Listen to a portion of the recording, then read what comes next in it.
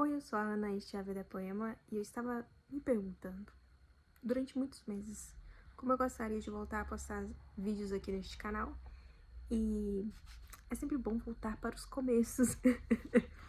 Eu comprei finalmente meu box de Crepúsculo, essa é a terceira vez na minha vida que eu compro esses livros. Na primeira vez e na segunda vez eu doei ou me livrei deles por influências desinformadas, entendeu? E aí, da última vez que isso aconteceu, eu falei, passando o tempo, eu falei, eu vou comprar em inglês, porque agora eu sei inglês. Foi isso que eu fiz, parcelei. Depois eu mostro pra vocês o box com detalhes. E eu não ia reler agora, porque eu tô escrevendo os meus livros e cuidando dos meus livros, e tenho outras leituras de prioridade, porém, eu peguei Midnight Sun pra reler. Estamos aqui, e neste vlog eu vou comentar a leitura de Midnight Sun, Sol da Meia-Noite. Eu acho que é uma forma muito rica, sabe, da gente voltar pra esse universo, porque o Edward... Olha o tamanho disso, gente. Eu tô com um lápis aqui marcando. Olha o tamanho disso. Ele é tipo o dobro de Crepúsculo. Crepúsculo tá aqui, ó. Enfim. Então, é isso. O vlog é sobre comentários do que eu tô achando dessa releitura. É a terceira vez que eu leio esse livro, tá? Se você não sabe, ele foi vazado na época, né, que a série estava sendo o auge. E tinha acho que só 12 capítulos. É o Crepúsculo na versão do Edward. E era o meu sonho. Tipo, sonho de vida ter esse livro completo. E em 2020, a Stephenie Meyer quis fazer um dinheirinho a mais. Mas também era aniversário, acho que de 20 anos, ou de 15 anos da série. E aí ela lançou, finalmente, a versão completa. Finalmente, eu li assim que lançou o e-book. Depois eu ouvi o audiolivro ano passado. Foi o primeiro livro que eu li, né, no ano. Foi o audiolivro. Porque, gente, eu tô tristinha, eu volto pra esse universo que é meu universo conforto. E agora, mesma situação. Peguei aqui Midnight Sun só pra dar uma olhadinha. Aí eu já tô no segundo capítulo. O que eu quero comentar? Primeiro, amanhã eu vou assistir Crepúsculo no cinema pela primeira vez. Essa história, gente, mudou minha vida. Depois eu falo um pouco mais sobre isso. Mas vai ser a primeira vez que eu vou assistir Crepúsculo no cinema. Eu tô muito, muito feliz. Eu tenho roupa, eu tenho todo um esquema pra ir. Vai ser maravilhoso. Segundo comentário. Tô no segundo capítulo, que é o Open Book, né? Livro aberto. E o Edward já conheceu, né, a Bella.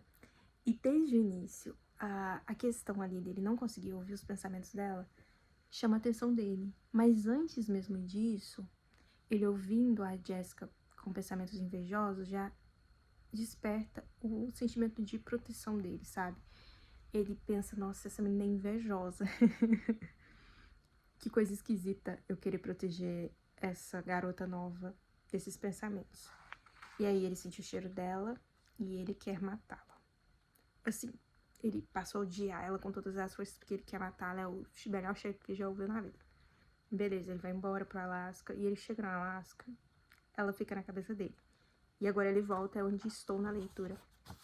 Ele tá na cafeteria e observando a Bella. Os Cullen tá ali posando de humano pra ela ver e não comentar com ninguém como ele foi esquisito com ela. E aí, ele tá ouvindo os pensamentos de quem tá ali perto dela e ouvindo o que ela tá falando, né? Que ele não consegue ler a mente.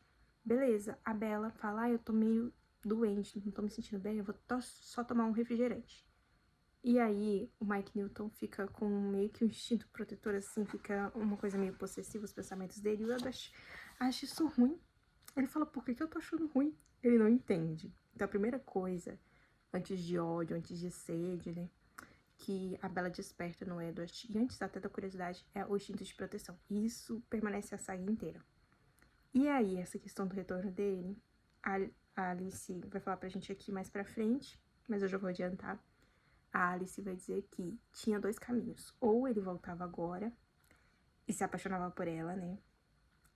E caminhava aí pra que ela vivesse, né? Ou, segundo caminho, ele demoraria mais pra voltar, mas quando ele voltasse seria pra matar ela. Então, assim, ele tenta fazer aí um terceiro caminho, a terceira via em Lua Nova, e não dá certo, a gente já sabe. Mas é por isso, assim, do momento em que eles se encontraram, ou ele mataria ela, ou eles ficariam juntos. É isso, eu volto daqui a pouco pra gente falar mais. Ainda tô na mesma página. Gente, minhas estantes estão caos, porque essa aqui Eu comprei, chegou semana passada e eu ainda não tive tempo. Vai desculpando aí a bagunça, mas... eu queria comentar que a gente perde muito nos filmes e como tá adaptando esse livro aqui pra série animada, talvez a gente tenha finalmente um dia, quando essa série finalmente sair. Mas o Emmett, ele é um personagem muito de bem com a vida, sabe? Ele fala, tá, Redwest, então você matou um humano, e aí? Não é o fim do mundo, a eternidade é um longo tempo pra você ficar jururu, sabe? Meio assim. O Emmett é um personagem muito legal que não tem nem fala direito. Eu tenho gostado muito dos vídeos da Tata Book Show, porque ela conta cada detalhezinho do livro. Eu tô quase ficando aqui que nem ela. Eu não sei se ela fez de Midnight Sun, gente. Se ela fez, vamos lá assistir o vídeo dela. Mas é porque, assim, eu preciso comentar. Porque ele tá falando a garota, a garota, a garota. Aí agora, ele pensa assim, né? Eu sabia que a garota, né, the girl, I should stop thinking of her that way. Eu tenho que parar de pensar nela desse jeito, como se ela fosse a única garota do mundo. Aquela é pra ele, né? Aí ele começa a pensar, Bela, Bela. E o que depois, né, daqui a pouquinho, ela vai falar, Bela? Mas é que quando eu me apresento pras pessoas, elas me chamam de Isabela e tal. Aí ele vê que ele errou. Ai, gente, eu amo essa história. A gente sabe que é um gatinho de 80 anos que tá se apaixonando pela primeira vez. Quando ele fala aqui, eu me peguei tentando distinguir o som dos passos dela do resto, né, das outras pessoas. Como se tivesse algo importante e unusual, não usual, sobre eles. Que estúpido. Somos todos, Edward, somos todos estúpidos. Eu, mais do que todo mundo, devo dizer.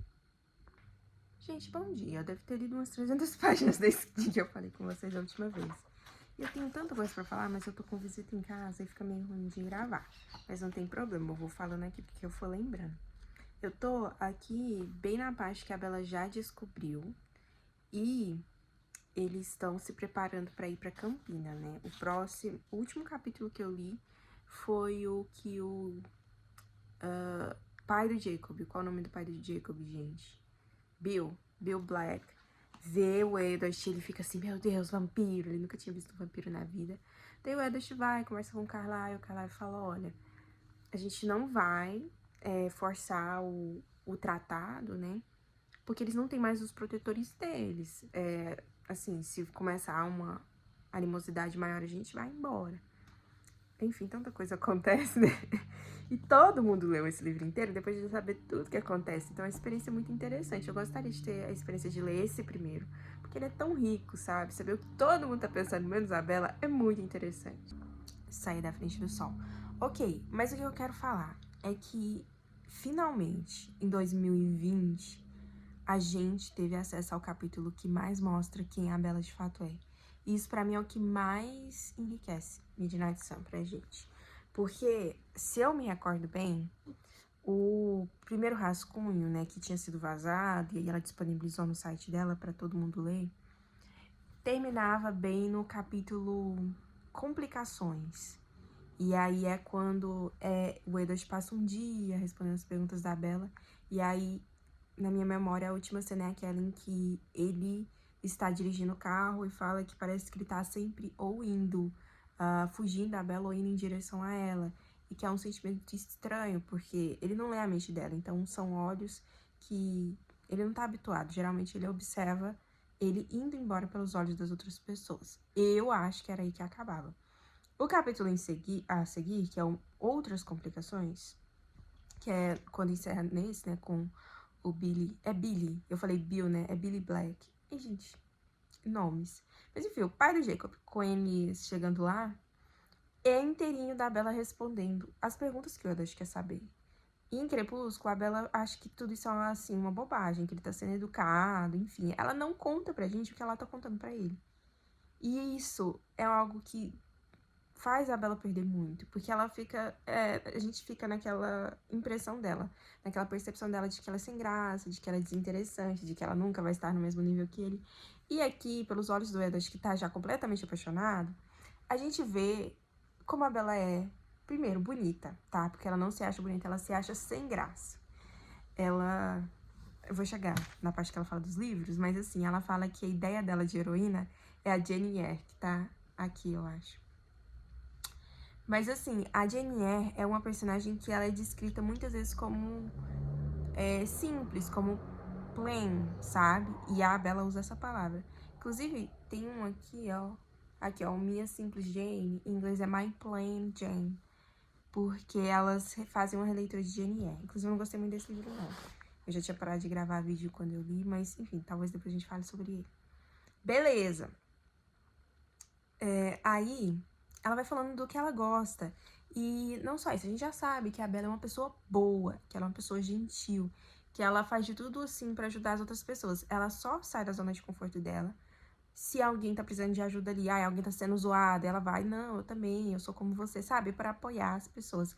Ela não gosta de injustiças e ela sai, assim, da zona de conforto dela pra realmente evitar que injustiças aconteçam, ajudar quem tá sofrendo bullying. E por aí vai. Ela é uma pessoa muito gentil. E isso realmente impressiona ele. Porque ele tá muito acostumado à mente das pessoas muito cínicas. Quem ele também escreve como uma pessoa, com pessoas boas, gentis de mentes, aí sim, né, pelo acesso à mente das pessoas de mentes, que não é difícil de estar nelas. A Angela Weber, que, enfim, tem um papel tão pequeno nos filmes. O Ben, que se torna o namorado da Angela por uma interferenciazinha do Edas. Eu amo muito esse capítulo. Porque o Ben, depois em Eclipse, a gente vê que eles têm uma certa amizade ali, né? E eu acho que quem só lê Eclipse tem muito essa percepção de que é por conta da Bella que a Alice e o Edward, eles viram amigos ali da Angela e do Ben. Mas não, o Edward gosta do Ben desde Midnight Sun / Crepúsculo. Mas beleza, a outra mente que ele fala, que é uma mente boa de se estar, pelo menos aqui, né, pra gente, é a do Jacob. E ele se sente mal de eles terem nascido como inimigos, de serem colocados como inimigos, porque é realmente uma mente boa, uma pessoa boa, assim, uma mente agradável, que não tem pensamentos, como ele usa muita palavra vulgar, sabe? Não tem pensamento vulgar, mas mais do que isso, uma mente assim, alta astral, vou falar dessa forma. E depois, mais pra frente, ele conta pra Bella que a mente do Seth Clearwater também é uma mente assim, sabe? Então, eu acho que são essas 3 pessoas aí que a gente vai ter na saga de mentes boas, de pessoas boas, pra além da Bella, que a gente sabe que ela é uma pessoa boa. Daí ela vai falar sobre os gostos dela. Aí hoje, acabei de acordar, tá? Mas eu tava pensando assim, gente, quanto do meu gosto não foi moldado por essa série. Porque algumas coisas, eu falei, não, mas isso eu procurei por mim mesma. Mas eu fui lembrar, não, eu comecei a procurar depois de 2020. Muitos dos livros que eu fiz uma lista, né? 30 livros pra ler antes dos 30, a Bella cita aqui. E eu li Midnight Sun e falei, deixa eu adicionar na minha lista dos 30. Foi isso. Vou falar sobre eles. Mas, os que não... Aí eu falei, não, mas esses aqui foi antes. Os que tinham sido antes é porque ela já tinha citado durante a saga, né? Que é Jane Austen, a Emily Bronte, né? Que é o Morro dos Ventos Vivantes, Wuthering Heights, um dos meus favoritos. E aí o Jane Eyre, eu já queria ler, tá? Mas eu adicionei a minha lista dos 30 por conta da Bella. Porque ela fala, poxa, a Jane é a minha ideal de heroína. Eu falei, poxa, eu tenho que ler mesmo, né? Eu já ia ler em algum momento da minha vida. Mas foi por conta da Bella. O Princesa Prometida, cadê o Princesa Prometida, gente? Aqui, ó. Tá bem aqui. Princess Bride. Eu não sabia que existia livro. E aí ela fala que ela gosta do livro, que é muito melhor que o filme. O filme é um dos meus favoritos da vida. Eu falei, como assim? Eu não sabia, né? E aí eu fui atrás do livro. Foi toda uma saga. E aí, enfim, eu li e realmente é muito bom. Eu amei. É uma loucura. E aí... Tem muitos ainda que eu não li, que tipo, Agatha Christie, eu nunca li nada dela. E ela fala tudo da Agatha Christie. Eu, inclusive, grifei, tá? A gente pode fazer um projetinho de leitura. Que nem o da Rory Gilmore. Só que aí, o da Bella Swan. Cadê? Aqui não coloquei os marcadorzinhos ainda. Tem que achar aqui onde tá a citação, ó. Ela começa falando sobre Jane Eyre, tá? Quando ele pergunta dos livros. Ela fala, não me faz escolher só um. Aí ele fala, então não escolha, me fale vários, né? Aí ela fala Jane Eyre, Fahrenheit 451, enfim, Fahrenheit 451, eu não li ainda também. Ela fala tudo das Brontë, tá? e To Kill a Mockingbird. Eu só nasci pra todos. Também nem por causa dela no Projeto dos 30, mas na verdade eu ouvi o audiolivro, realmente é muito bom. Eu não gosto, tendo a não gostar muito de clássicos dos Estados Unidos, sabe? Eles têm uma vibe que não me pega muito. Mas To Kill a Mockingbird eu realmente gostei muito. Bird. Enfim, todas as Crônicas de Nárnia, especialmente a Crônicas de Nárnia não foi por conta da Bella, tá vendo? Uma coisa. Principalmente a Viagem do Peregrino da Alvorada, também é meu favorito. Acho que da maioria das pessoas, né?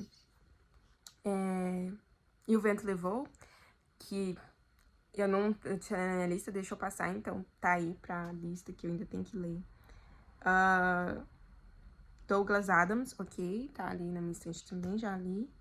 E David Eddings and Orson Scott Card and Robbie McKinley. Eu não conheço eles, não sei o que falam, o que são, enfim. E aí ela fala da autora Jane Green Gables, porque ela já falou sobre ela, inclusive. A viagem dos sonhos dela é ir pra ilha da Anne. Aí eu falei, que fofinha. Mas eu acho que eu li ele mais por conta da série mesmo, e eu só li o primeiro. Eu não sei se eu vou continuar a série um dia. Beleza. Daí ela continua, eles conversam mais um pouquinho, e ela continua. Falando que a mãe dela tinha muito de Jenny Gray Paperbacks. Eu não sei se é uma editora, se é algum autor. Mas aí ela, eu imagino que seja uma editora, né, de livros baratinhos. Aí ela fala que a maioria era Shakespeare e a maioria das comédias, o que eu já li também. E aí ela fala tudo fora de ordem, os favoritos. Daí ela fala que ela gosta de tudo da Agatha Christie e da Anne McCaffrey's Dragon Books, os livros de dragão dessa, sei lá, senhora. Chegou minha visita.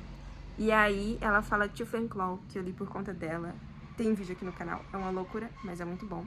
Eu volto depois pra gente continuar falando mais. Eu devo escrever um texto longo no Substack a respeito de como que eu me identifico com esses livros. Talvez, na verdade, uma análise mais profunda do caráter do Endwest, porque esse livro é basicamente sobre isso. Mas ele acabou de falar que todos os sonhos dela tinham as asas cortadas, clipped wings, ok? E não era como os outros adolescentes que queriam conquistar o mundo, sair, né, e conquistar tudo. E isso era, obviamente, o produto de enfrentar a realidade muito antes do que ela deveria ter que enfrentar. Só queria compartilhar esse trechinho, porque eu sempre me sentia assim. E ainda me sinto assim, sabe? Aí às vezes eu tento, nossa, deixa eu dar asas pros meus sonhos. Mas não dura muito não, porque a realidade, ela sempre foi muito presente. Então, todos eles são bem, com as asinhas bem cortadinhas mesmo. E a gente ainda tá, né, no dia dele de fazer as perguntas. Só que eu sei que é nesse capítulo que a Alice, ela vai ter a visão de que o momento da Campina é determinante, sabe? Ele é o que vai, ou ele mata ela lá, ou ela sobrevive e eles vão ficar juntos pra ela virar vampiro. O momento chave que foi o primeiro ali, momento que a Stephanie realmente, a história começou ali, depois ela construiu tudo em volta, né? Se não me engano, ela sonhou com os dois na Campina, algo assim, diz a lenda. Mas, enfim, estamos caminhando. Até o momento, eu acho que o tamanho é quase similar a Crepúsculo, se bem que Crepúsculo é bem menor. Ele tá aqui. Mas esses capítulos dela falando, eles acrescentam muito, né, a história. Vocês estão vendo? Agora eu tenho uma máquina de escrever. E a bagunça, porque eu troquei meu guarda-roupa e eu ainda não arrumei. Mas a Crepúsculo, esses capítulos adicionais da Bella, eles acrescentam muito. Que eles não existem, né, aqui. E também a parte ali da caçada. Tem muitos detalhes e muitas coisas. E é muito interessante as visões da Alice. Enfim, vamos chegar lá. Mas eu realmente me identifico muito com ela. Em muitos momentos. Eu me identificava muito com a Bella, né, na adolescência, claro. Ela meio que é feita pra isso. Pra gente se identificar, mas acaba que, de fato, né, todo mundo se sente meio Bella na adolescência. Mas na minha vida inteira, eu também sou muito Endwest, então vou escrever sobre isso em algum momento. Se eu já tiver escrito, se eu postar esse vídeo, e se já tiver no ar, eu deixo o link na descrição da newsletter, no Substack, enfim, como você preferir ler. Tô até parecendo gente, né? Mas eu dei uma pausa aqui na minha vida pra gravar um vídeo falando sobre o meu livro que eu vou lançar. Então, provavelmente esse livro já foi lançado quando esse vídeo for ao ar, que eu espero que não esteja lendo isso no banheiro. Mas eu falei, poxa, eu vou falar, atualizar na leitura. Eu já li muito, tá, gente? Eu tô na página, sei lá, 500 e tantos. Olha só, eu já li tudo isso aqui. E 556. Cara, esse livro é muito grande. O tamanho disso. O que eu tenho a dizer é que as minhas últimas releituras do Universo de Crepúsculo foi de Midnight Sun, né? Eu ouvi o audiolivro dele ano passado, em janeiro, foi a minha primeira leitura do ano. E Midnight Sun em 2020 eu também li e não reli nada da saga depois disso. Eu já tava vendo uma coisa aqui nas redes, né? E alguém falando assim, porque a Bella não descreve como o Edochie é de fato brilhando no sol. Eu falei, não, descreve sim. Ela até pergunta se isso machuca ele ou não. E aí eu ia até corrigir a pessoa, né? Só que eu falei, tá, deixa eu checar. E realmente, ela não fala. Então, assim, depois eu quero reler Crepúsculo. Porque eu tô até com ele aqui, eu não tô relendo tudo, eu tô assim... Algumas coisas que eu quero saber o que ela tá pensando no momento, porque o Edochie, ele pensa... Eu pensei em grifar todas as vezes que ele fala. O que será que ela tá pensando? O que você... Sabe? Que ele tem essa vontade de saber. Mas, enfim, muitas vezes, tá? Não tô grifando, mas são muitas. E aí eu fico curiosa também pra saber o que ela tá pensando. E aí eu tenho aqui o Crepúsculo, né? Mas, enfim, um comparativo, gente, de tamanho. Ele pensa muito. Não só pensa muito, mas ele não dorme. E ele conta pra gente tudo que todo mundo tá pensando, que é maravilhoso. E aí, gente, o que eu tenho a dizer... são várias coisas. Eu não lembro a última vez que eu gravei vídeo, mas eu me identifico com a Edochie em tantos aspectos, com a Bella também, né? Mas são personagens que eles... Poxa vida, eles falam muito comigo em momentos diferentes da minha vida, por isso que eu gosto de reler. Porque eu entendo como ele se sente, sabe? Ele tá a todo momento esperando a Bella falar não pra ele. A todo momento. E aí a Alice, né, a Alice vira e fala... Quando é que a Bella falou não pra você, né? E isso bem no início. Ali, quando eles chegam na parte da Campina, que é o grande momento. E aí, depois ela também fala... Quando você falou não pra Bella, né? Porque ele também não fala não pra ela, né? Ele tenta em Lua Nova e dá muito errado. Mas a gente chega ali na parte da Campina e é diferente. O capítulo chama O Nó, né? E a Alice explica que ela tem várias visões da Bella, mas aquele momento da Campina é como se fosse um nó.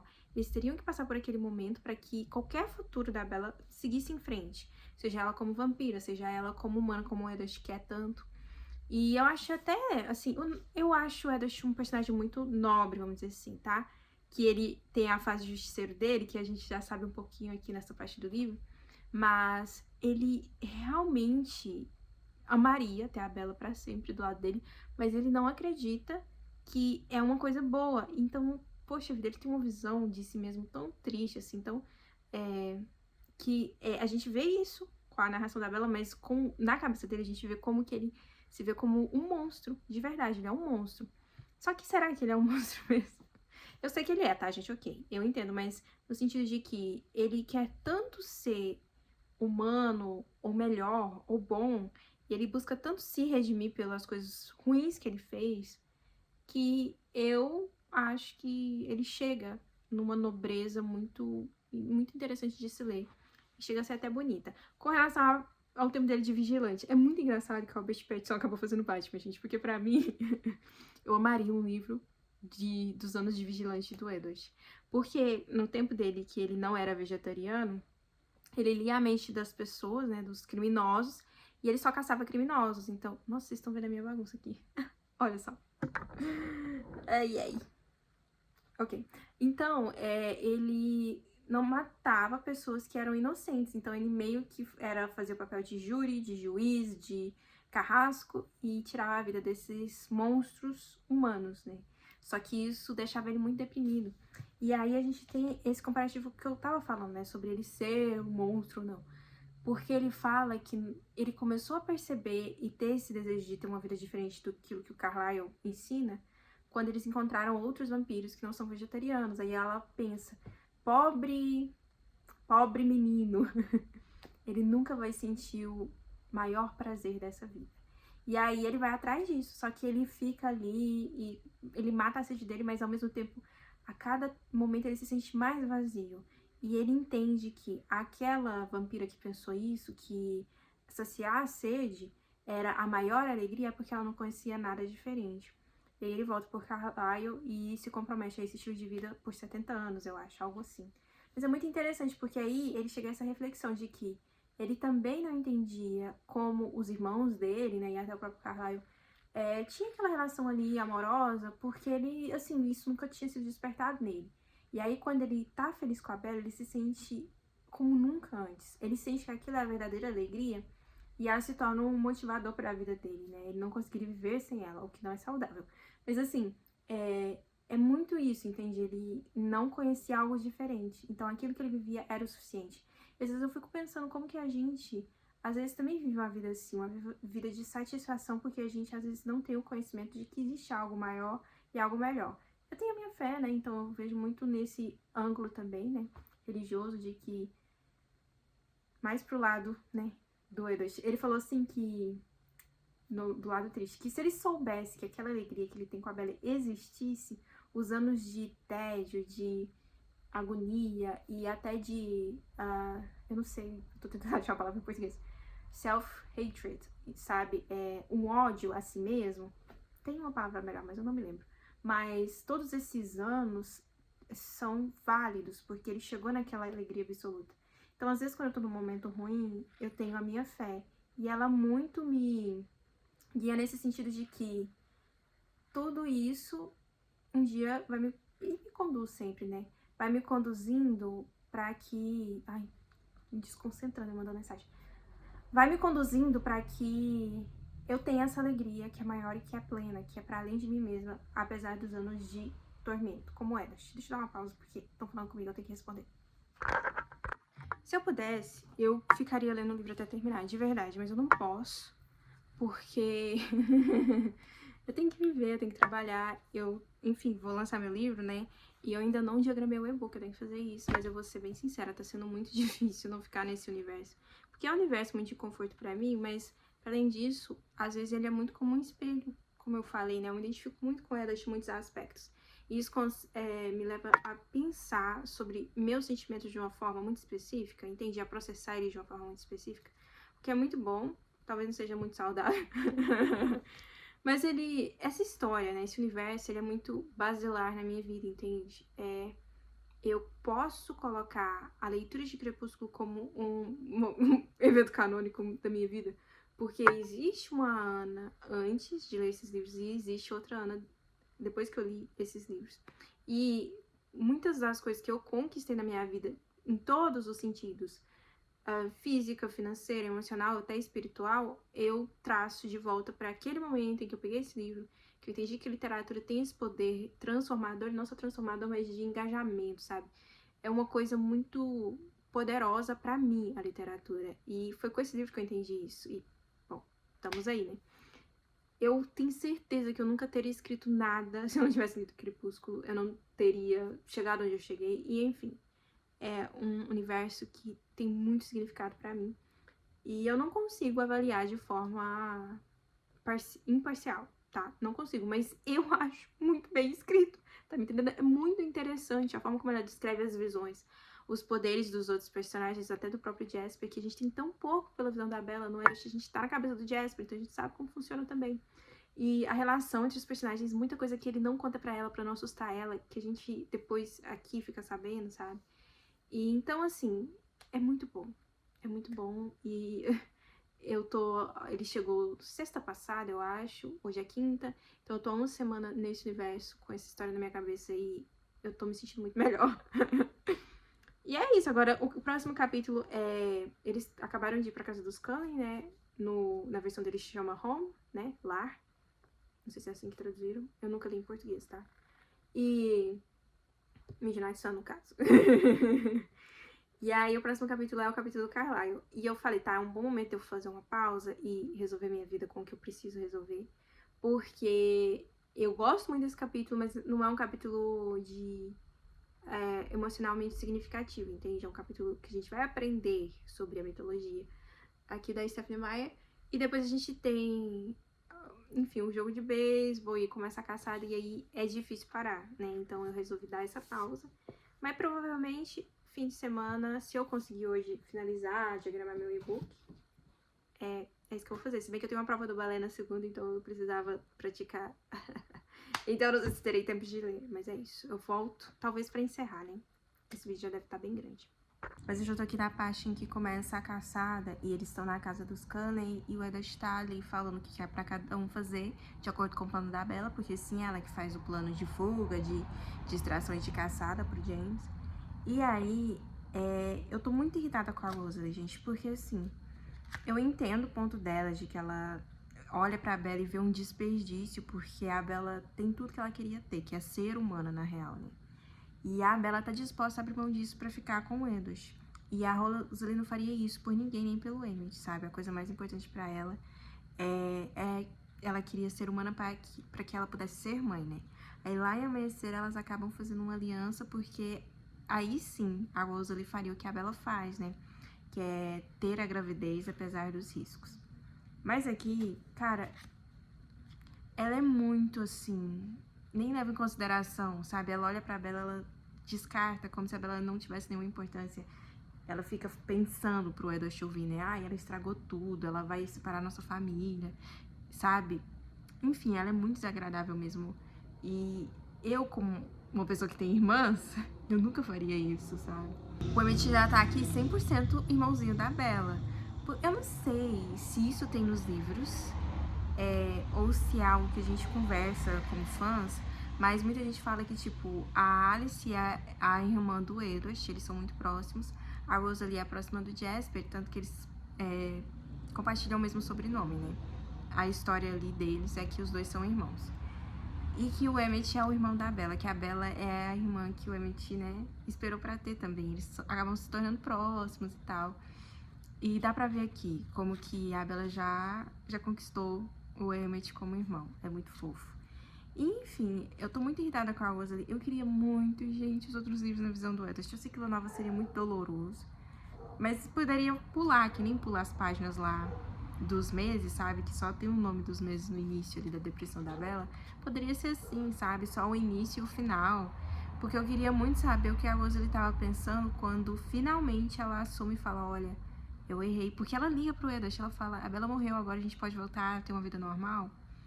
Ela acha que isso vai reunir a família. E eu imagino que o Eddard aqui, ele fala, se a Rosalie decidiu essa noite não ser mais a minha irmã, tudo bem por mim. E é isso que eu acho que acontece até naquele momento em Lua Nova em que ela liga pra ele e fala, agora acabou.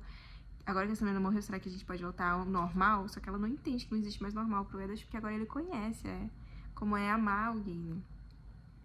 E aí ele faz toda aquela coisa, e aí depois ela agradece, ela fala, eu agradeço a sua coragem, tudo que você fez pra salvar meu irmão, mas na hora da votação, né, pra saber se eles querem que a Bella se torne um deles ou não, ela vota não, pelos motivos aqui o que tem, né, de que ela desejaria ser humana.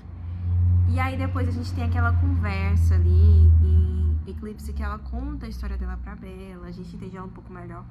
Mas eu queria muito estar na mente da Rosalie, pela visão do Eddard, pra ver essa redenção dela vindo, porque aqui não tem essa redenção, sabe?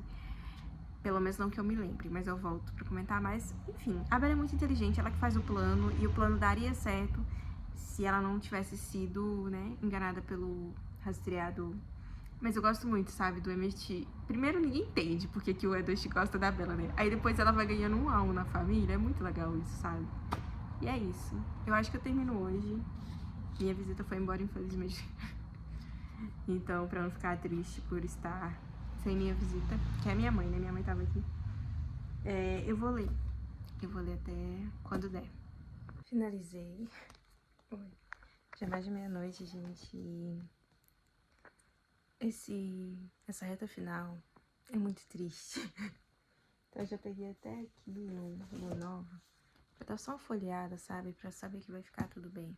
Porque o Eddard aqui, ele tá muito decidido que ele vai se afastar. Ele só tá esperando um sinal. E a gente sabe que esse sinal vai ser o aniversário da Bella, né? Que o Jasper avança pra atacar ela.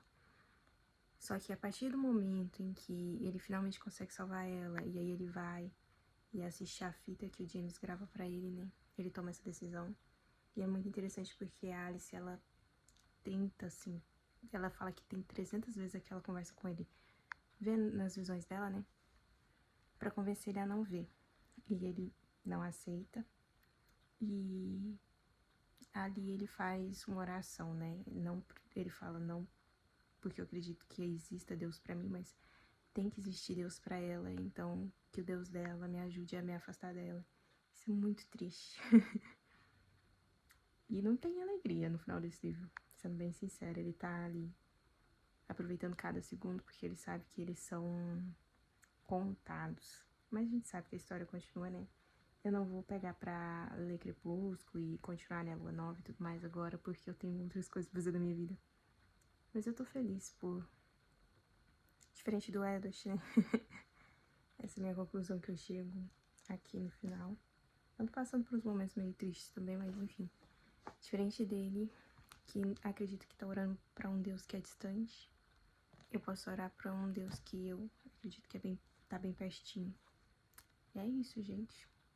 Esse foi o vídeo, esse foi o vlog. Eu talvez poste. E se eu postar, eu volto.